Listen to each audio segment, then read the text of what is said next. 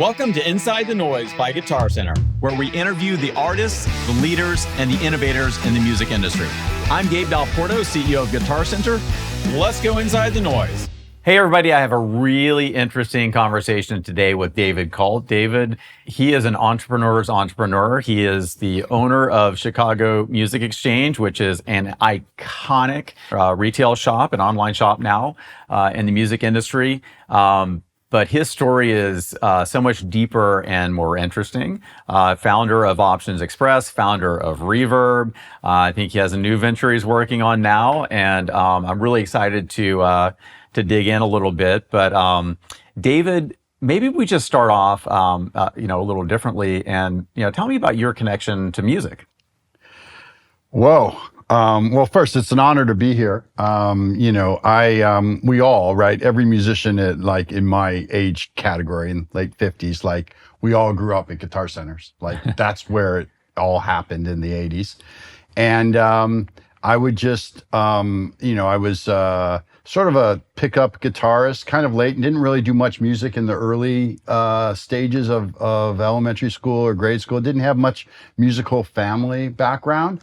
Fell in love with, classic rock and the blues and the Grateful Dead in the early 80s, kind of fighting the sort of trends of the 80s music, and picked up my first Stratocaster in Royal Oak, Michigan, black Strat, 70s Strat, and I never let it down. And all through college, I wanted to take that passion for music and produce. I wanted to be a recording engineer. And in my college, I went to University of Michigan. There was a little club of engineers, and we had a little studio, and that's all I would spend my spare time, just mixing bands and producing stuff with the gear of the time, the Tascams of the 80s. And that was my career path right out of college. I started working in studios. My first studio was in Hollywood. Oh my God, I'm totally drawing a blank. Selma and Vine. But then I moved back to Chicago, and I worked at Chicago Tracks. I worked on bands like Ministry, and there was a lot of jingle work. And I kind of got burnt out probably in my early 20s and pivoted to software. Tech. That's a hard pivot. So tell me about that. Well, actually, it was my first experience in the studio. It was I was on an SSL board, and it was my dream. Oh my God, I'm working in a real studio with a real board, all the gear you could imagine. It was total gear nerd. And it started we started programming the faders. And then there was and then one of these guys had a Synclavier there, and they had an amazing Macintosh. And before I knew it, I was spending all my time with the computer stuff. And I was I'm actually pretty good at coding and programming. And this is late 80s, early 90s. So I'm I think I should lean a little more. Did you have classical coding training? No. So you were just intuitive. Yeah. I think I took a basic class in high school, basic coding, the language. Yeah, the language. Yeah. Bill Gates. And then I really felt there was I really enjoyed doing that. And it was really basic, coding in the studio, but everything was being digitized at the time. It was just the starting of sampling. And so it's kind of an interesting time to be pivoting away from music, but I really my love for computers and computing, and mostly software, really emanated from the studio. Wow.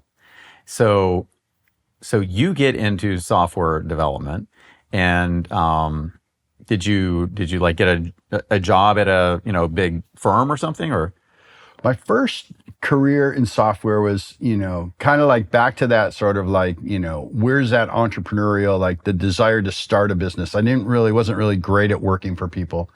My family, my grandmother actually started a travel agency back in Detroit in the 50s. She was a very strong, matriarchal woman. My father worked for her, my mom, the whole family business. So actually, I had some computer experience in the travel industry, working with the airline reservation systems. Mm-hmm. So my first software venture, after working in Chicago at a tour and travel company, was developing software for the travel industry. Now, this is before Expedia, before any modern booking. My family's made a living selling airline tickets in an industry that was pretty evident to me a few years after I launched my software company was going to be out of business. Yeah. And it was just kind of this idea of disrupting can be good, even if it impacts you financially. I think that was like my first lesson, because I started my software business, it's called Client Base, as a CRM. It didn't work, term didn't exist back then in 92 for travel agencies. And after 3 years, it became the number one CRM in the industry. And then it became pretty evident to me that my customers weren't going to be able to afford my software when I saw Expedia launch. Yeah. So I pivoted to start working on a travel booking engine. But it was just this idea that it's like, I'm not married to anything, trying to protect any business. And this fast forward to buying Chicago Music Exchange and then launching Reverb to disrupt that. Like, the idea of gravitating to where the puck's going is something that is near and dear to me, you know? Yeah, absolutely. So I don't know if anybody remembers, but boy, if you wanted to book an airline ticket, you'd probably like walk down to Main Street and walk into someone's office and you know, that they would be the gatekeepers to, you know, what flights existed at what time or what airline. And there's very little price transparency, and it was just so ready to be disrupted. Yeah. And lots of businesses got started in that era. So you build this CRM system. What got you interested in online trading, of all things? So I sold that business in 98 to an LA firm. It's a firm called Trams, and that became part of Sabre. The product still exists. It's called Client Base, and it's part of the American Airlines reservation system. And this is 1998, and the internet, 95, 96, we started developing, working in the browser. And I learned the stock market and options trading at an early age from my father.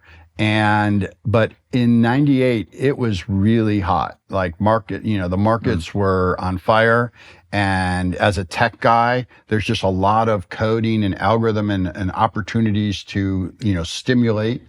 And I started, I sold my business for this is all public. I've said this before, for a couple $1 million in 98.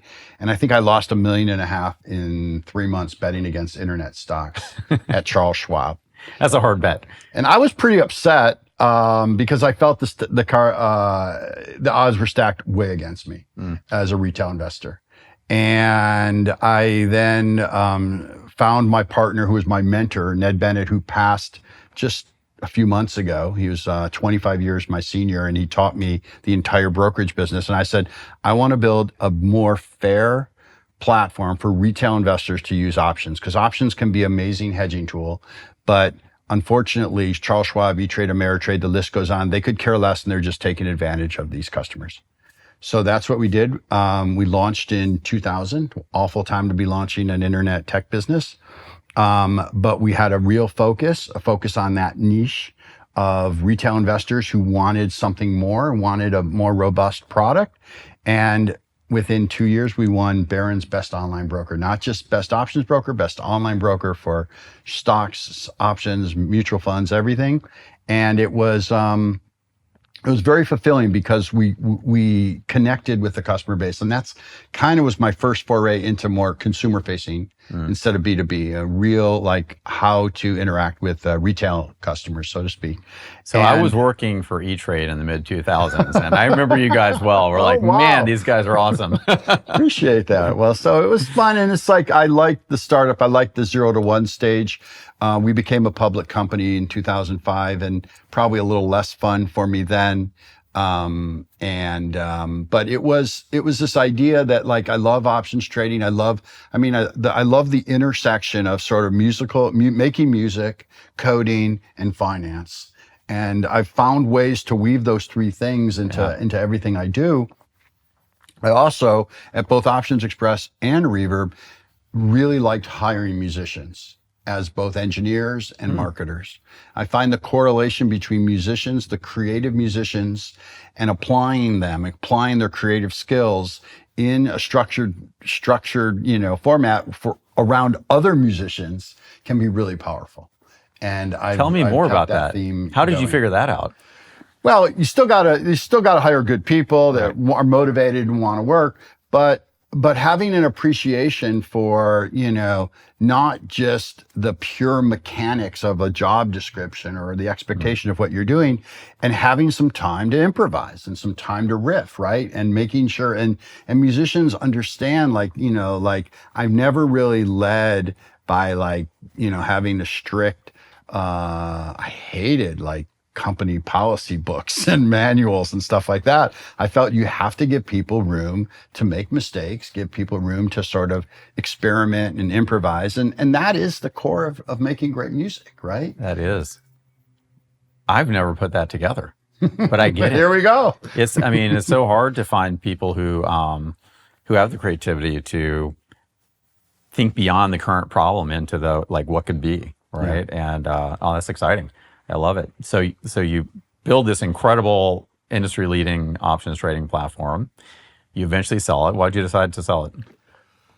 Well, I had partners. We were a public company. The financial crisis hit in 2007, and Options Express was very profitable. We were able to weather the storm of the financial crisis and actually do probably pretty well relative because of the volatility.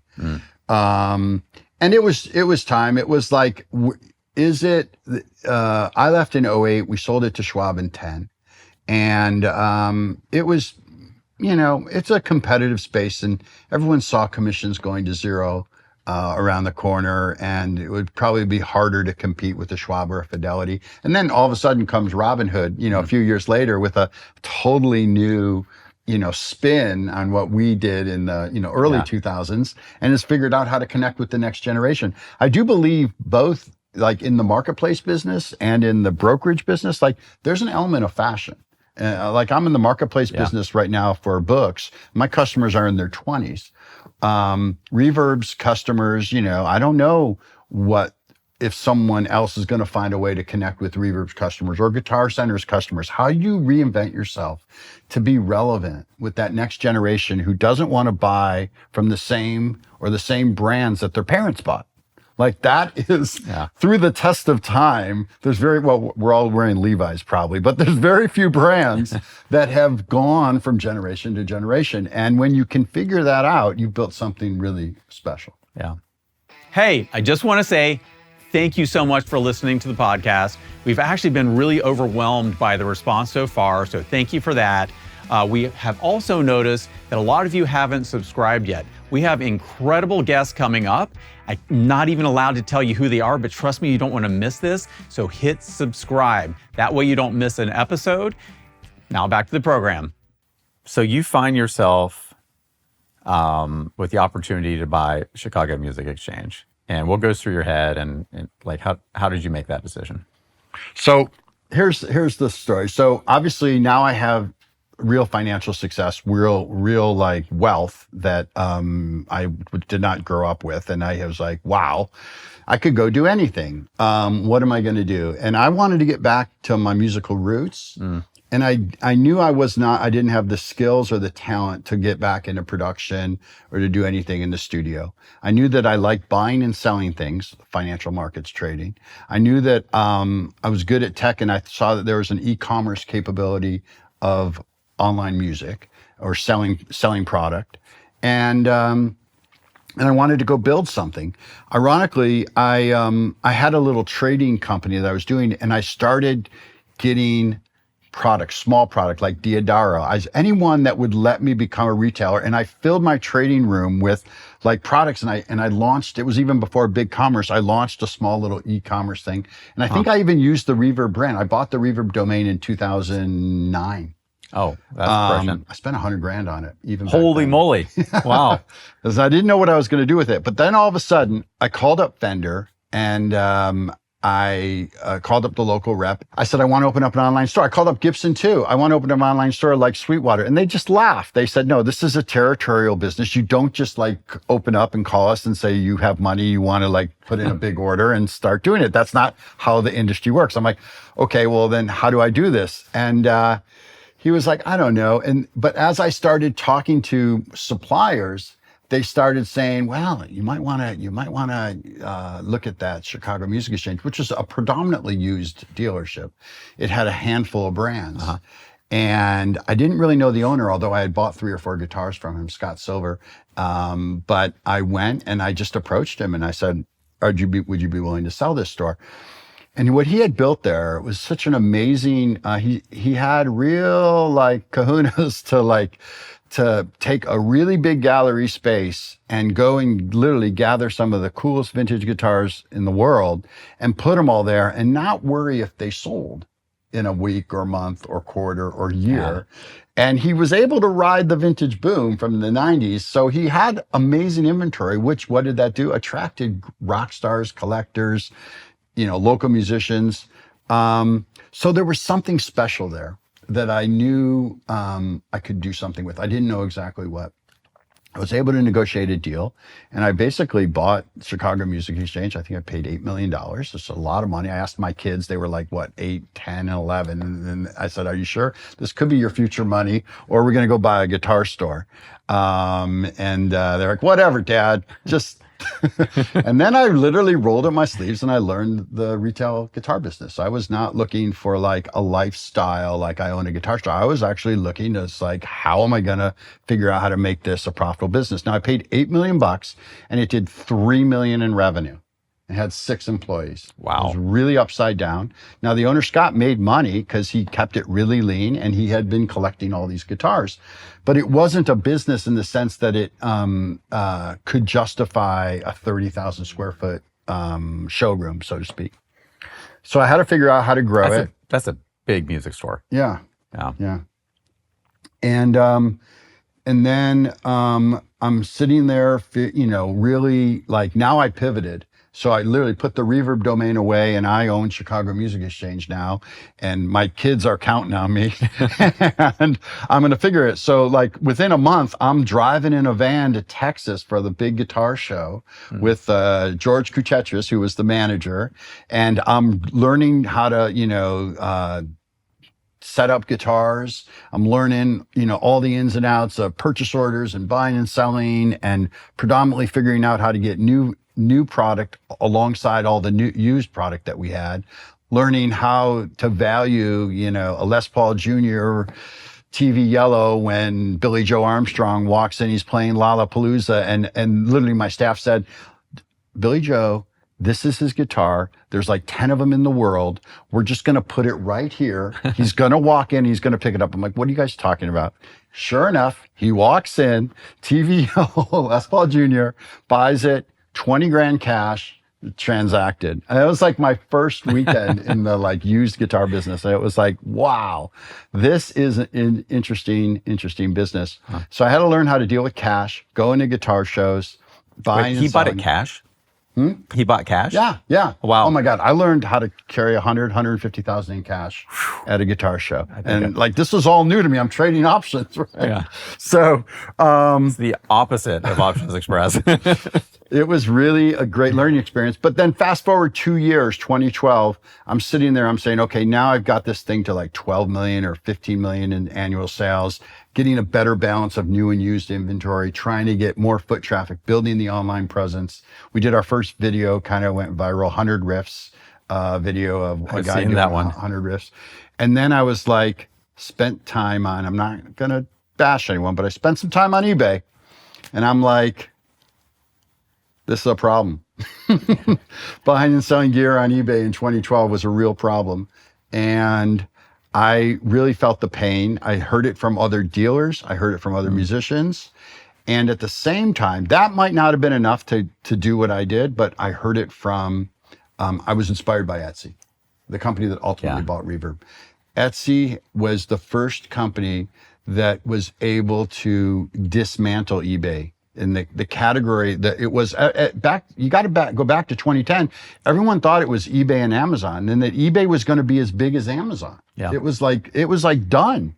There was no way you could compete with eBay, but Etsy did. It's very counterintuitive because they had all the customers, they had all the scale, right? And you think that like marketplace models, winner takes all. Yeah. And it has not necessarily been the case, particularly in your situation. A lot of categories have been able to take on what eBay had in terms of collectibles, in terms of sneakers, fashion, you go on and on.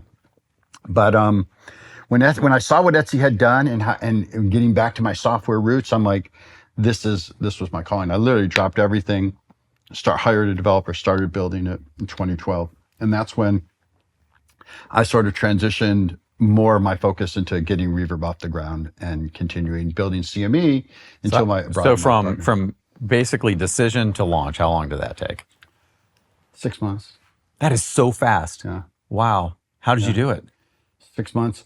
I did work with a firm that kind of helped me get it off the ground. I hired 2 people. I mean, remember, I'm a coder, so at heart, like I know either I can do it or I'm a really good general contractor when it comes to building software. So, what's an MVP? Like, what's the minimum viable product I can do to get a buyer and a seller on the platform to transact? And that took around 6 months. We launched in January of 2013. And then it was, convincing people. And the hardest thing was I seeded it with Chicago Music Exchange's inventory. Okay. So, I mean, we'll talk a little bit about the Reverb story, but the story there is that, one, if I'm going to compete with eBay, I want to create a high standard. And what does it mean to sell on Reverb? So by using Chicago Music Exchange, all the photography, every guitar that shipped was beautifully packed. And all the photography and the descriptions had to be of the highest quality. There was going to be no bait and switch that like existed on eBay. What you saw is what you get: real questions, real transparency, pricing data, like all of that was part of the plan. So I could lean into Chicago Music Exchange to set a standard. But at the same time, I had to go convince other dealers that Reverb was independent of Chicago Music Exchange, which it completely was. I took outside money. I had outside investors. I had a totally separate offices. But it was kind of a harder thing to convince back then, is that this guy, David Kalt, this rich guy from the stock world, is now in the guitar business, and he owns Chicago Music Exchange, and he's talking about this marketplace. So there was a few years of, who is this guy? What's he doing? And can we trust him? I bet. The hardest thing to do in a marketplace is to get it started, because like day one, you have no sellers, no buyers. There's nothing there. And your bird in hand was, you actually had some really great inventory. Yeah. And so now there's at least the inventory and you can start to get something going there. But that is so hard. And and I talked to a lot of marketplaces since then, and it is that chicken and egg. And, I had a little bit of an unfair advantage having this guitar store, and I hadn't necessarily known that it would roll into part of my marketplace strategy. But, even at Reverb, even when we were set, as we totally launched from Chicago Music Exchange, there were moments when we were buying inventory, and being selective about having some inventory on the platform, or helping or pre-buying or lending money. And when I talk to marketplace people, they think they're going to build some magic software that all of a sudden the sellers are going to show up and buyers are going to show up. Something's got to grease the wheels to keep that activity, get that activity going. Yeah, get that critical mass. Yeah. So I studied nuclear engineering in college, and so a lot of what you're doing is you're modeling nuclear reactors and figuring out what it takes to get to critical mass, right? And if you never get there, there's no, nothing happens. There's no power, there's no nothing. But once you get to critical mass and it starts to grow, then it can be exponential. Yeah. So really a marketplace, I think, is a little bit like that. I bet if you kind of really dug under the math, I wonder if it isn't very different. That's amazing.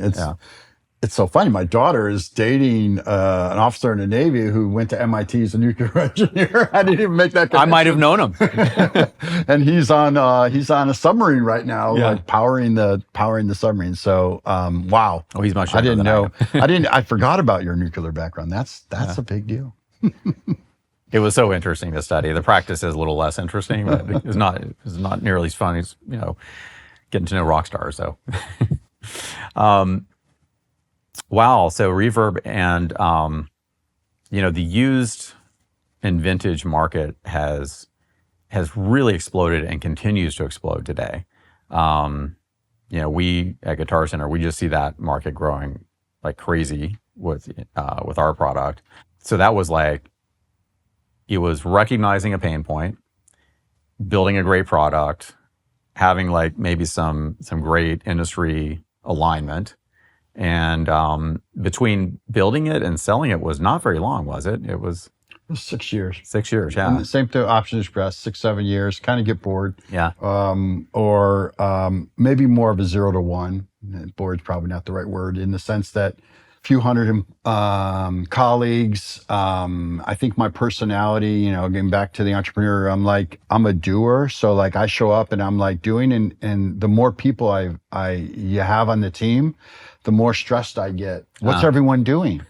And am I not giving good enough direction? Like, do I have to like prioritize this? And so I probably operate better, more intense with 20, 30, 40 people, rallying around that. And as the numbers get into the hundreds, it becomes a little less, more challenging for my style.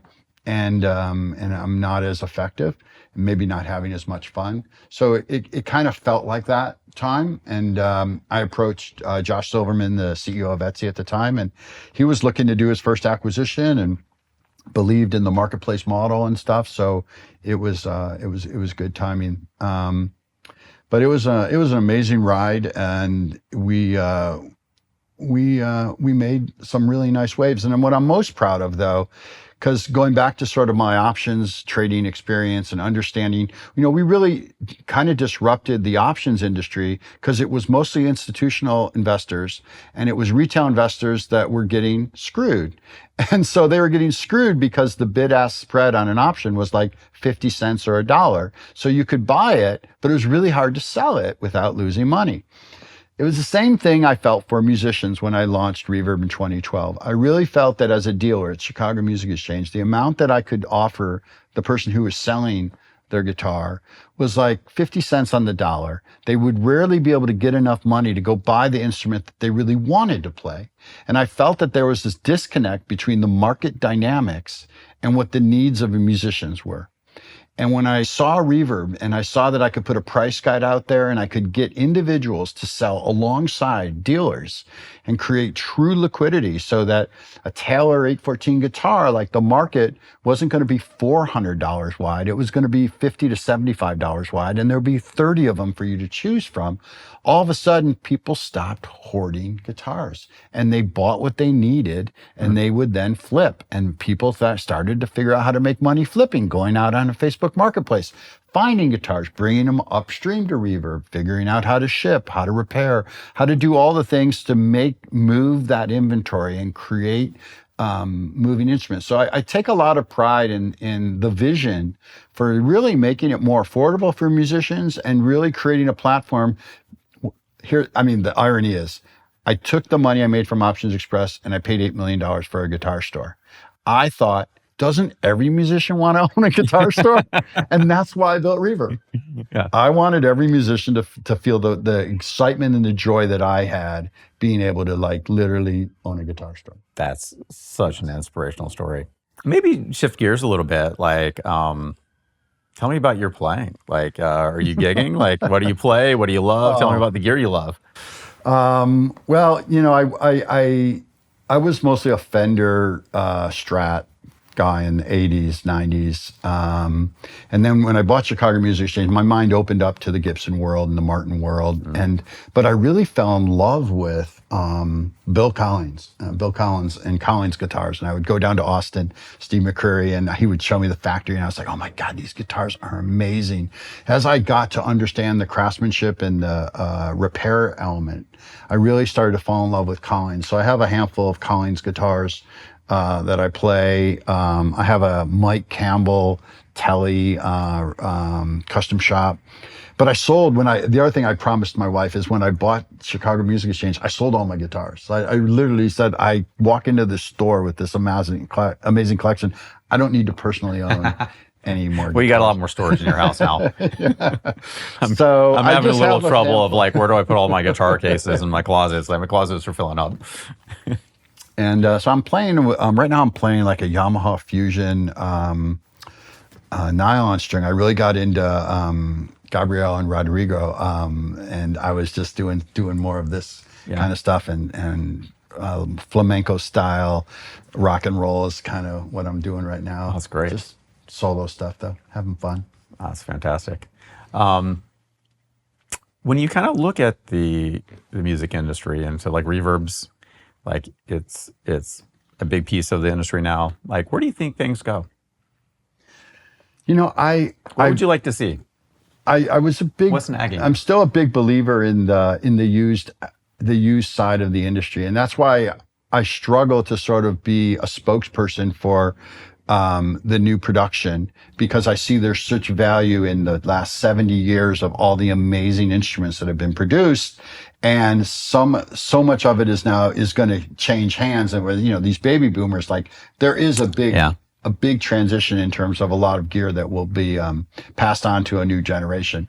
And I do get excited when I see like musicians on stage. I went and took my daughter to the Dead shows up in San Francisco, the Summer Dead and Company, and to see all the young and the older fans together watching music on stage and people jamming.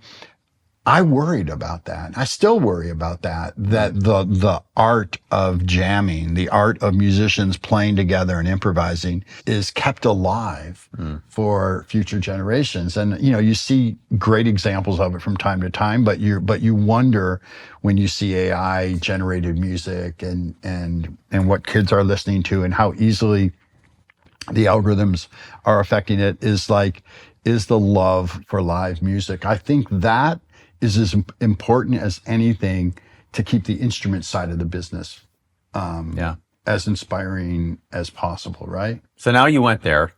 Let's talk AI. Yeah. Super powerful, super controversial. What do you think is a net positive, a net negative as it relates to music? What are your worries? What would you like to see? I'm like super net positive on AI because as I told you, my frustrations with lots of big teams, I'm building a marketplace right now, a book marketplace, and there's 7 of us. And I think I can quadruple the business and get it to 10 people. And I couldn't have done that. Crazy. I could have never done that.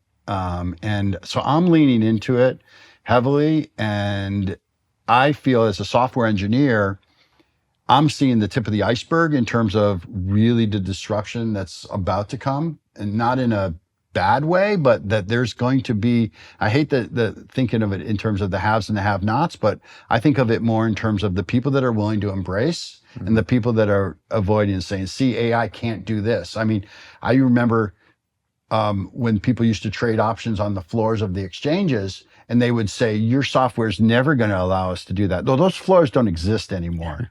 Okay, but people were fighting for that because they didn't think that the tech could do it.